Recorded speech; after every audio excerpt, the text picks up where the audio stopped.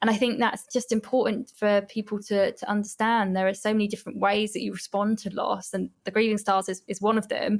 But no one is the same. We're all unique, right, when it comes to coping with big challenges. So let yourself off the hook if you're judging yourself or feeling like you're not doing it right, because you're doing it right for you, and that is the main thing.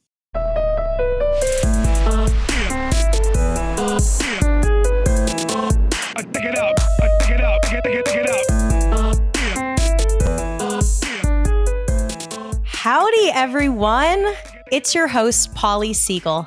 And for anyone who doesn't know me, I'm a licensed clinical social worker, certified addiction specialist, and master level trained mindfulness practitioner.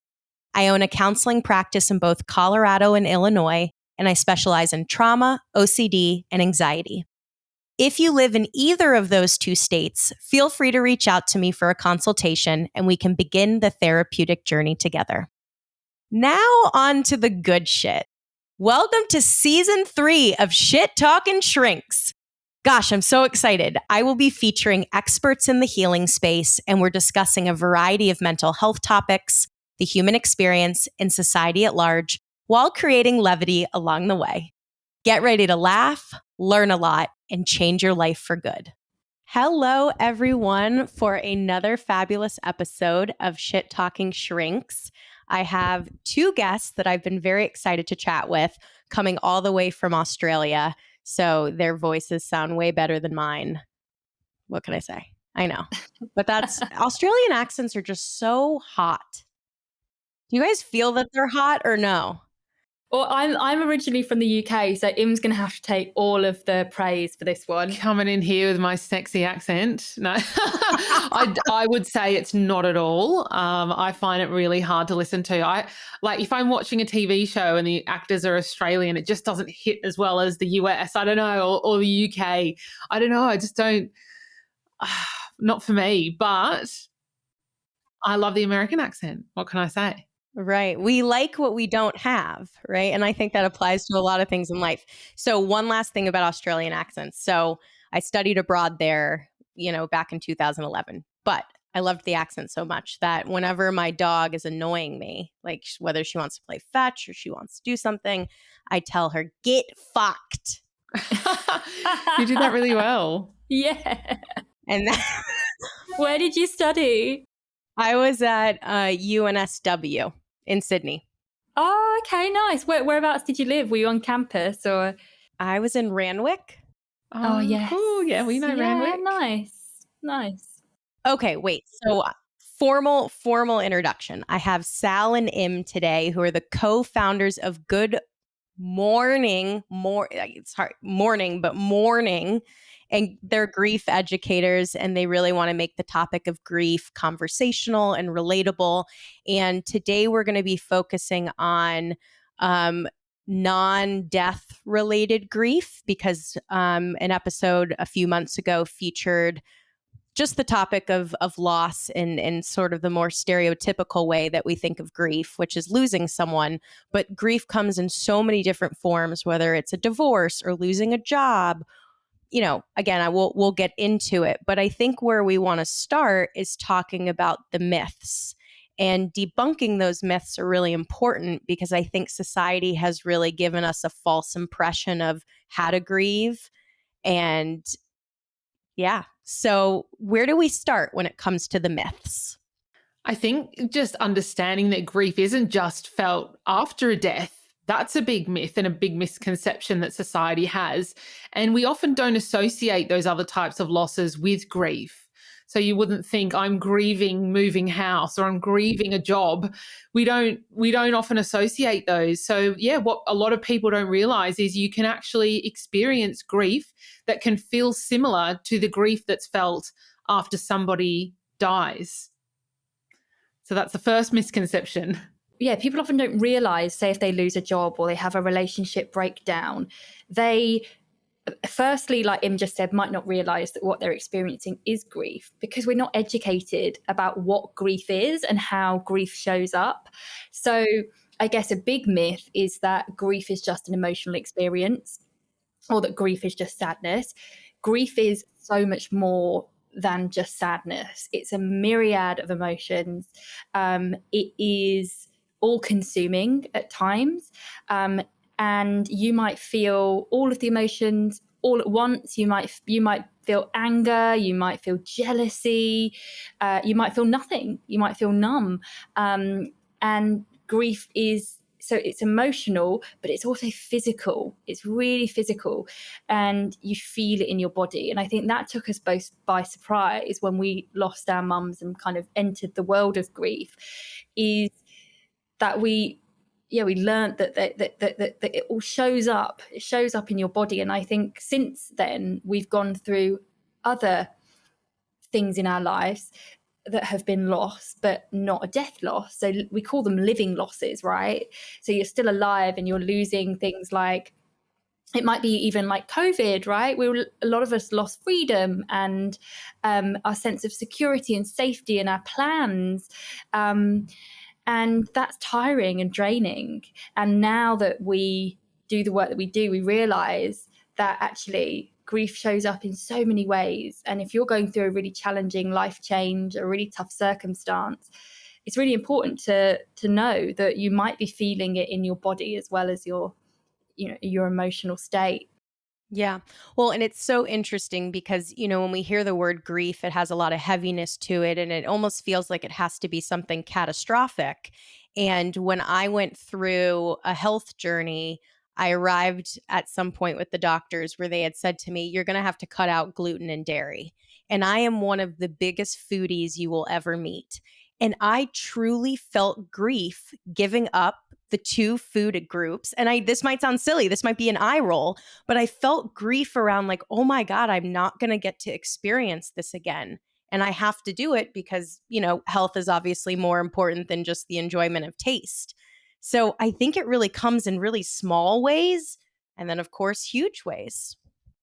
Absolutely. I love that you brought that up. I mean, I'd be grieving gluten and dairy for sure. Sal and I try to avoid cheese, and I've definitely gone through a grief period for cheese. I love it so much, but it just Pizza doesn't do grief, us any favors. Carb grief, it's a thing. Cheese grief.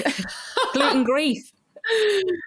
Yeah. No, but that's another thing, is your grief is valid, and yet there is people say there can be a hierarchy to grief, but it's so unique to the individual, and you grieve things that may seem small to some people, but they're meaningful to you. So I think it's absolutely understandable. It's a big change, isn't it? It's a big lifestyle change for you, and we do grieve big changes no matter what they are. So I think it's great that you mentioned that, but also it is absolutely valid. And I think some people might sometimes think when a change happens in their life and it's not a death loss, that they don't have permission to express grief if they are feeling the emotions and they're feeling the grief around the change.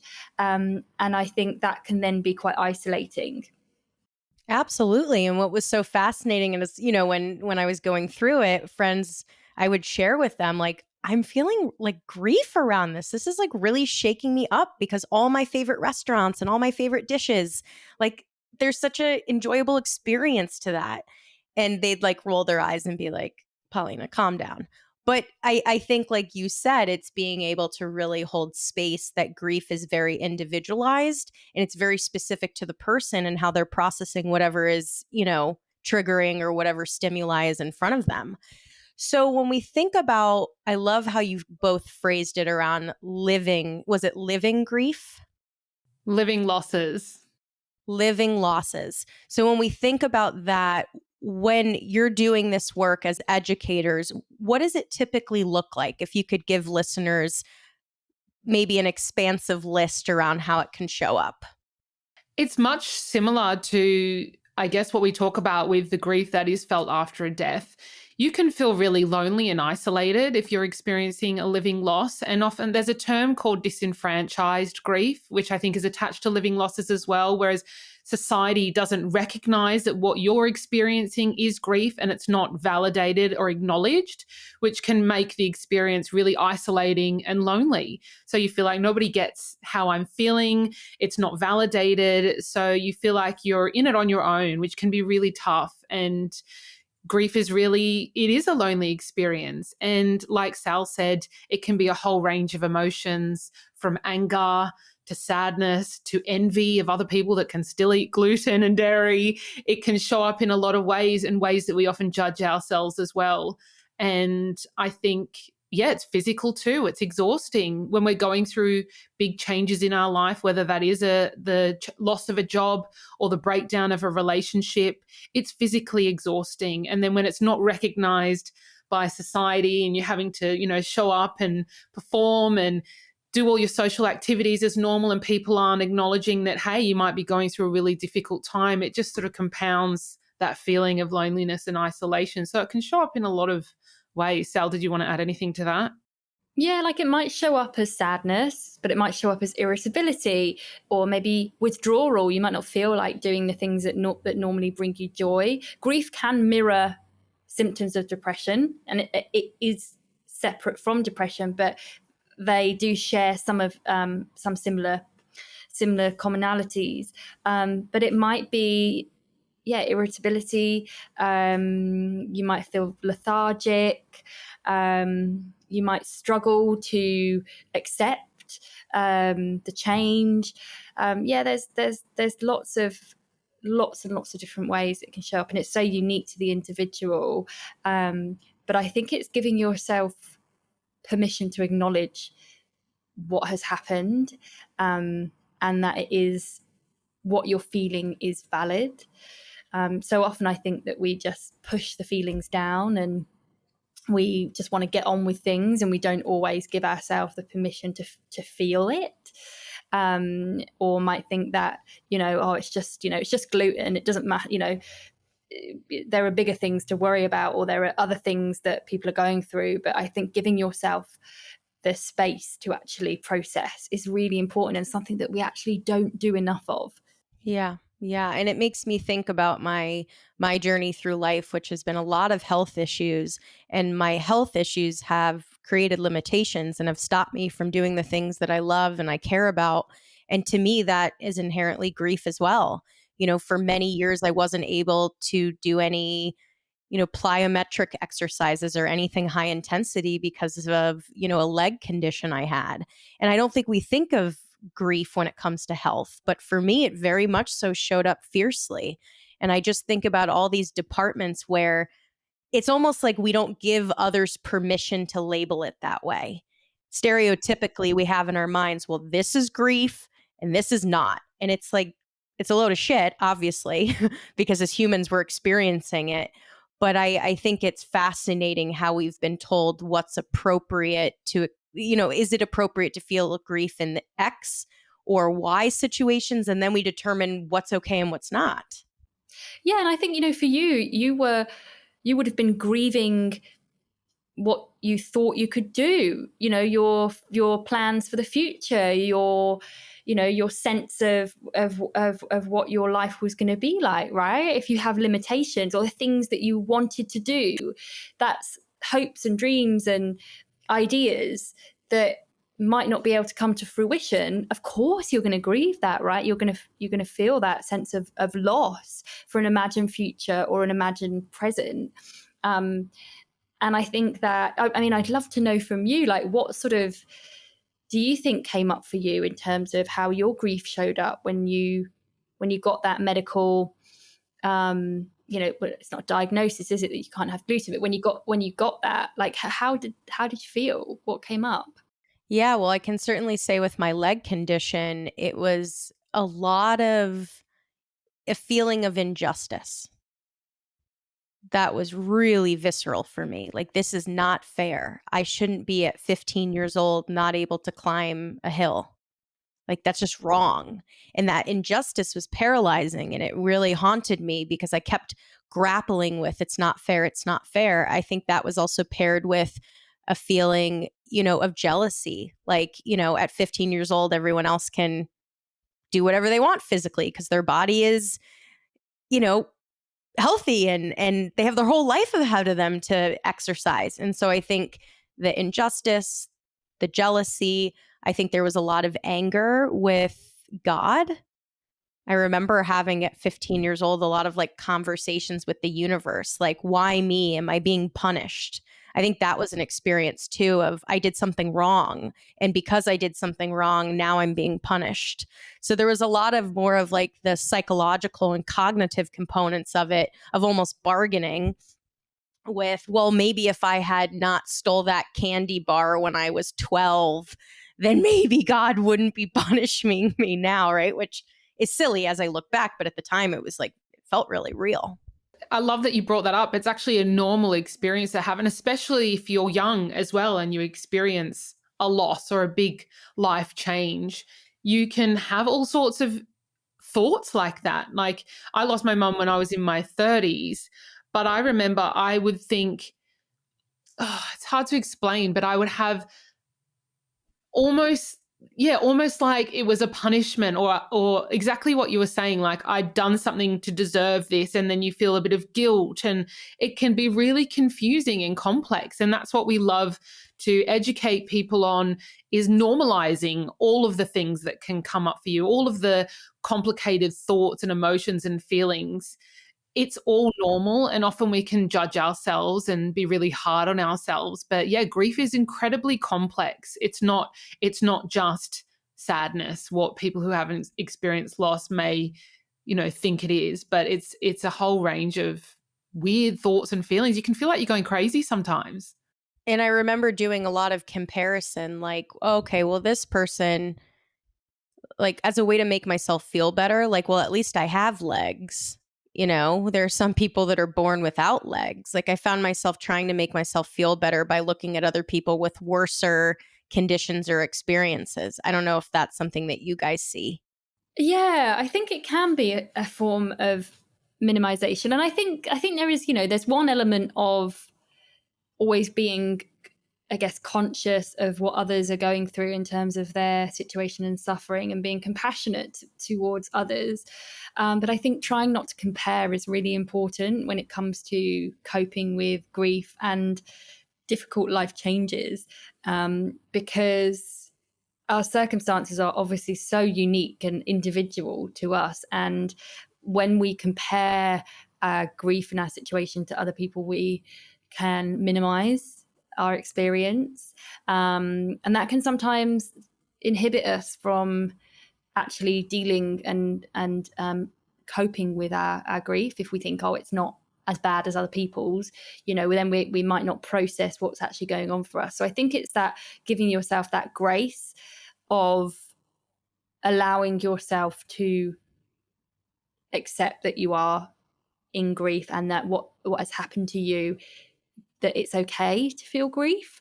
Because I think comparing yourself is so common, isn't it, Im? It's something that we hear from, we have a podcast as well, the Good Mourning podcast, and we have a very big online community, and it's something that we hear a lot from our listeners and our community about, feeling like they're comparing their grief to other people. It might even be family members if you're all going through a similar situation.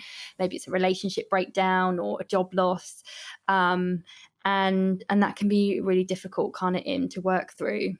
I wanted to say as well, what can be really helpful, I guess, if someone can relate to that or have felt like they're comparing themselves to someone else, is understanding that like change and loss doesn't discriminate. We're all going to go through things in our life. So I do it sometimes. I look at, a mum and a daughter having coffee together, and I'm like envious, and I'm like, oh fuck, like, why do you get your mum? And it's so unfair. Like, but I don't know what they're going through. They could be grieving the loss of her dad or the woman's partner. Like, you just have no idea what other people are going through. And we all get dealt very different cards in life, but none of us get out scot-free. We will all go through, significant changes and loss in our life. And I think that's been really helpful for us to remember, to bring us back to, when we are feeling like we're comparing ourselves to other people's situations. It can be a helpful tool. And it's part of also building resilience, is understanding that, change and loss doesn't discriminate as well. That can help you be a little bit more resilient in your life, and also help you to feel like you are not the only one going through something hard, because as we mentioned before, it can feel quite lonely and isolating, and understanding that everyone is going through difficult times as well, but it doesn't look like yours, but it doesn't mean it's not hard. So yeah, I guess that can help when people are potentially feeling what you are feeling. I was just going to add, it's almost like taking the Stoic philosophy of that change happens, and prepare and accepting that nothing is permanent, and embracing impermanence can sometimes be helpful when we're coping with losses. Almost accepting impermanence and knowing that change is going to take place in our lives. Like Im said, no one gets off scot-free. So having that awareness that change happens, it's going to happen, but this too shall pass, and the only way out is through. And that's something that has really helped us, hasn't it, Im, when we're coping with small and big changes. I want to take a quick pause to talk about our sponsor, a company called BetterHelp. It's an online therapy platform where all the therapists are licensed and accredited professionals. It's affordable, you pay a low flat fee for therapy with your therapist, and it's convenient. Do it at your own time and at your own pace, and you can communicate with your therapist as much as you want and whenever you feel is needed. And more importantly, it's effective. Thousands of people have benefited from therapy using BetterHelp, and we're really grateful to offer all of our listeners 10% off your first month. So if you're interested in receiving therapy ASAP, click the link in our show notes and you can get started. And you get to save money. Something that comes up a lot in my clinical practice is a lot of self-judgment and insecurity around the right way to grieve and the wrong way to grieve. And the judgment that comes along with the scripts that I think society has given us around grief. And, a lot of people say, let's do away with the 5 stages or 7 stages of grief. They're kind of bullshit and outdated. And I'm sort of a believer of that as well. But there's this, wait, am I doing this right? Wait, today I felt happy. I shouldn't feel happy. How could I feel happy? Right? There's so much self-criticalness around every internal experience and every shift, moment to moment, that happens, whether it's emotional shifts, thoughts, cognitions, behavioral shifts. I'm just curious what you could advise, or what would you invite listeners to do if they find themselves doing that? Well, we've actually written a book called Good Mourning, Honest Conversations about Grief and Loss. And in the book, we literally point out all the different types of thoughts and feelings that can come up and that we judge ourselves on. And we hear from our community and people that have read our book being like, oh my God, I thought I was the only one going through that. I thought I was the only one feeling envy at someone or feeling anger, and I was judging myself. So a lot of the work that we do is all about just normalizing the whole spectrum of emotions and thoughts and feelings that can come up in grief. And we just want to let people know that whatever you're experiencing is normal. And we judged ourselves. Sal and I grieve quite differently.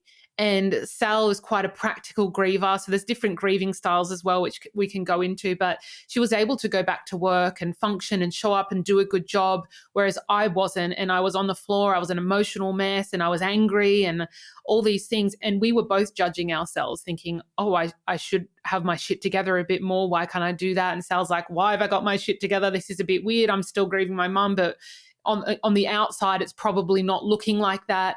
And yeah, so we just want people to know, however you're grieving is right for you. There's no right or wrong way to do it. The way, the way we grieve is unique as our fingerprint. It's so different. And the different grieving styles. Sal, you want to go into that a little bit more? Were you going to add something? Well, I was going to ask Paulie if she's heard of the intuitive and instrumental grief theory. No, please share, please. Well, there are loads of different factors that influence how we grieve, right? It could be your relationship with the person, family history, so many things. but also, and also your personality. Are you extroverted, introverted? Have you grieved before? All of these things. But there is a theory that was developed in the 90s by two researchers called Kenneth Doka and Terry Martin, and they coined these two grieving styles. They sit at the opposite ends of a spectrum, and you might be one or the other or a mix of both. It's quite common to be a blend of both. But on one end of the spectrum, there is the instrumental griever, which is somebody that might be more practical and might find they channel their grief and they channel their sort of energy and their emotions through doing stuff, and maybe being of service or setting up a charity or starting a podcast, or doing something that honors their loved one, but it's practical. They might find that they can talk rationally about their grief or their person without getting overly emotional, which can also then, to the outside observer, seem like that they're not grieving or they're not impacted by the loss.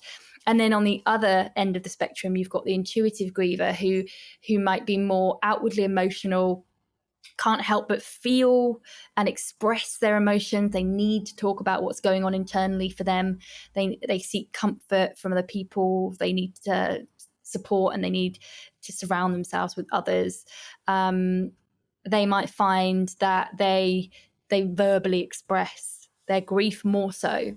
And a lot of people are a mix of both, or they might lean into one at certain times and lean into another style at others. But for Im and I, that was a really groundbreaking insight into how we grieve, because it's quite different, but also made us reflect back on different times in our lives when we had challenging circumstances, relationship breakup, or a job loss or a change at work. And it's interesting now with that hindsight to look back at the grieving styles and see how we cope differently.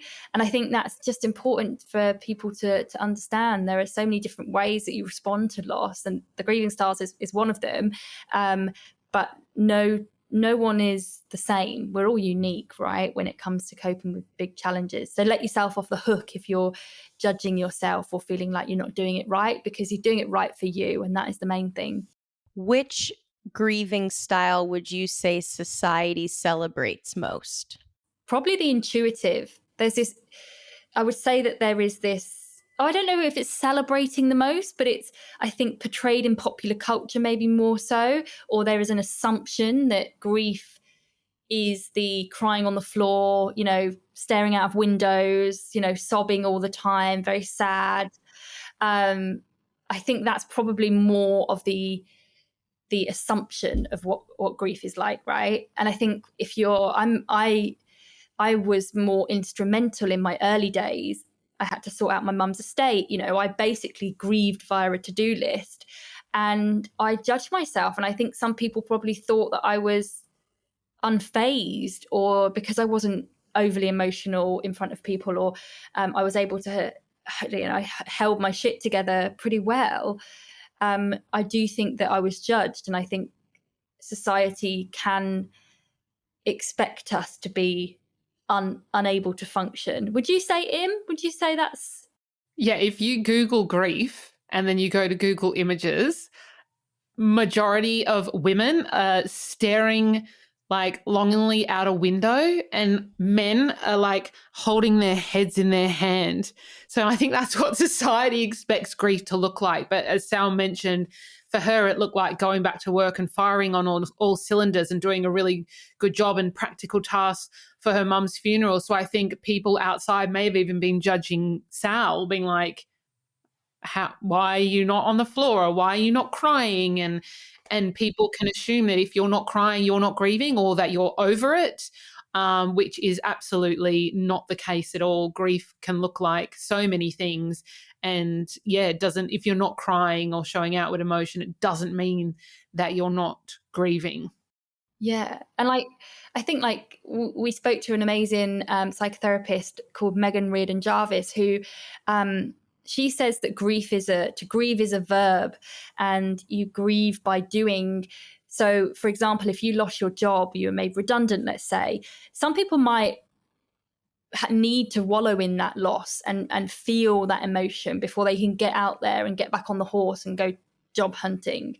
Some people might be upset and be feeling grief, but they might be like, right, I'm going to go straight out there, look for another job. I'm going to channel my grief into finding another job. It really is so individual to all of us. And I guess to put it in the context of what it could look like in a living loss situation, I think the grieving styles do apply there as well. Mm-hmm.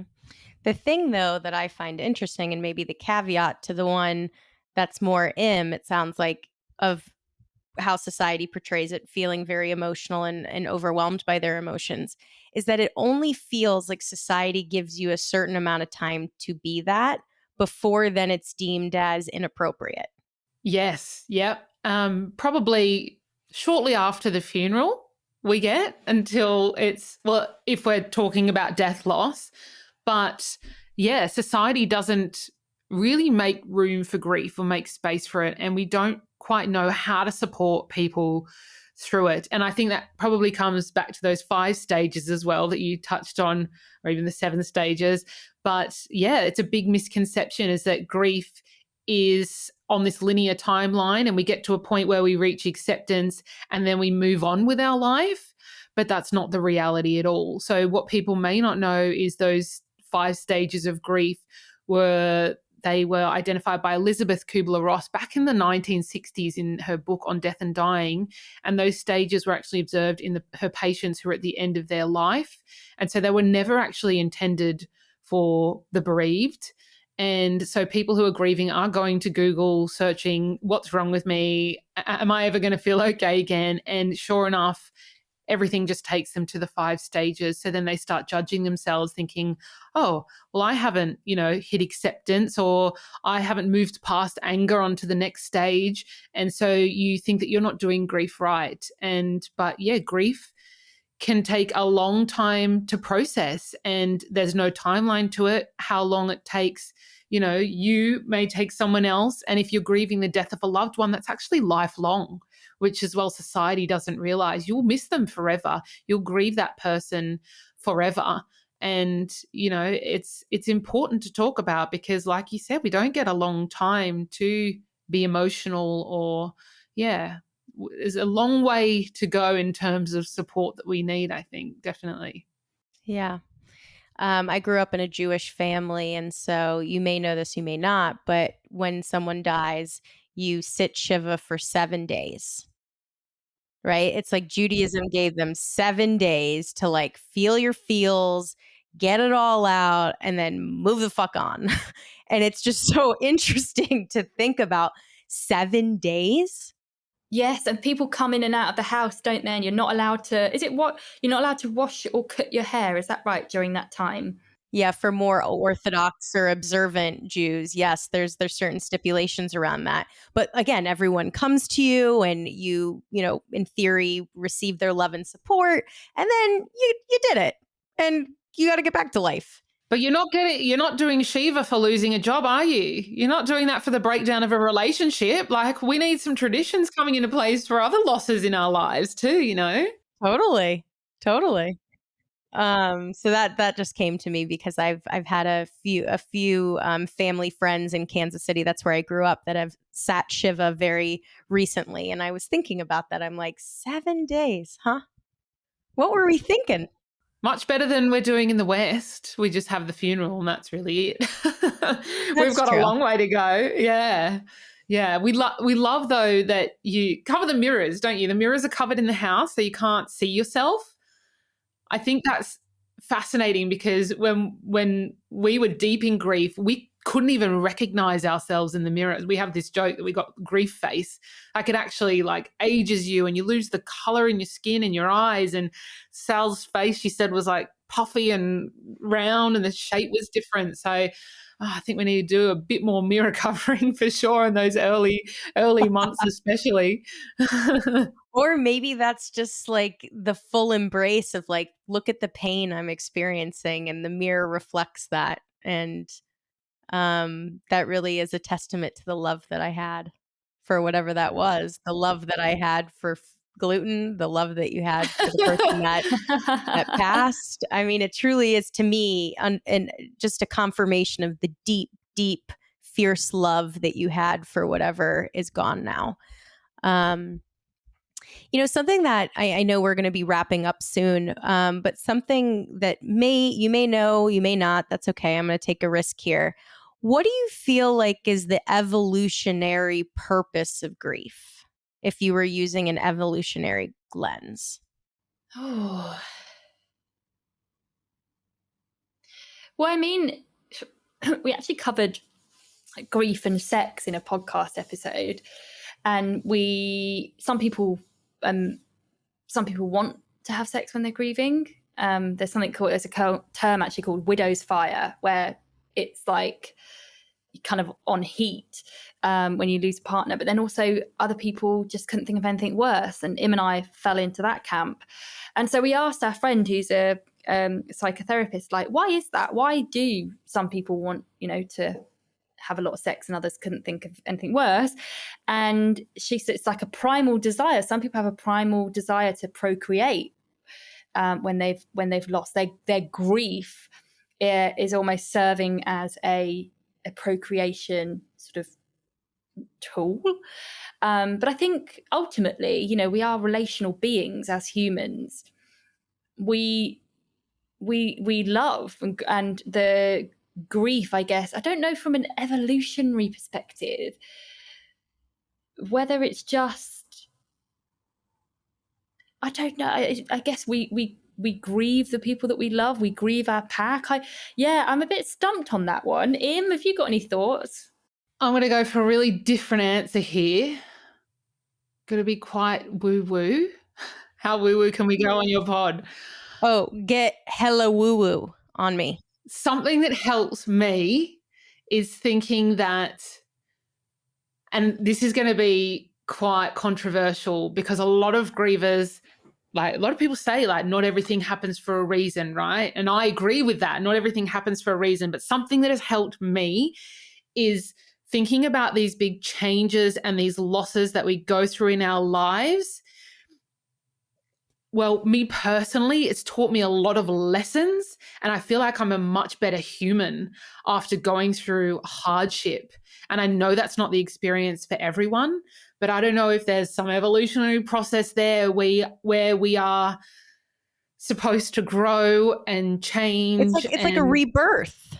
It is. It really is. Like, I feel like I am a completely different person to the person that I was before my mum died. Like, it's a before and after. That there's a clear split in the middle of my life where that happened, and I'm not the same. And in a lot of ways, I really like this new version of me that has been birthed through trauma and pain.